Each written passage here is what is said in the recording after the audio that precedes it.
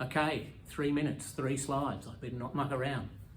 First question, is it worth investing in things like shares and taking some risk, or are you better off just leaving your money in the bank? All right, slide 1. January 1980, an investment of $100,000 in each of the share market or bank deposits. 45 years later, the cumulative investment in the share market is worth almost 5 times what the bank deposits are worth. There is no 7-year period in which the shares produced a negative return, and over any 10-year period, the likelihood of the shares outperforming the bank term deposits is about 90%. Remember that includes periods like the GFC, the 87 share market crash, pandemic, Y2K, all those sorts of things. And on the other hand, it also included a period of record high interest rates, and still the odds are strongly in favour of the share market. So the question is not so much the risk of being in shares, it's the risk of not being in shares and potentially compromising your retirement living standard. However, there still are these nasty downturns. Do they matter? Do we need to worry about them? So let's look at the total return from the share market split into its 2 components. The first one is the income by way of dividends, right? You'll note there's never been a negative year. There's a strong trend of long-term growth in share market income. Hey, that's kind of what every retiree wants.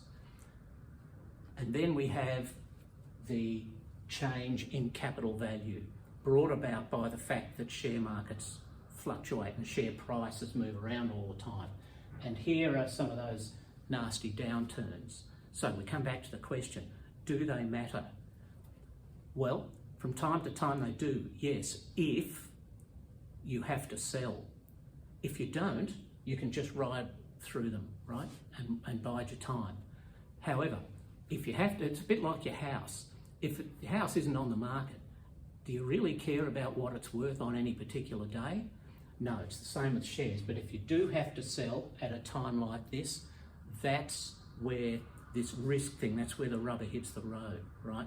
Because if you have to sell at a time like this where prices are severely depressed, then you permanently destroy some of your hard-earned capital and you never get it back.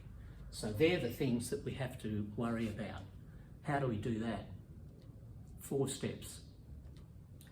You need to understand what your cash needs are, not just for the next week or month or the rest of this year, but looking well into the future. You need to determine how much of those cash needs will be met by the income that you're earning, and therefore if, when and how much you will have to sell to make up the difference. Okay? So then you leave enough in secure reserves to meet your near-term needs, and by that I mean maybe 5 years worth, vary that depending on the person's preference. And the balance, you can invest in the heavy lifters like shares, knowing that you've got your cash needs covered without having to sell at a bad time, okay? Instead, you can manage the timing and the quantity of your share sales to top up your reserves, okay? Sell at a good time, not a bad time.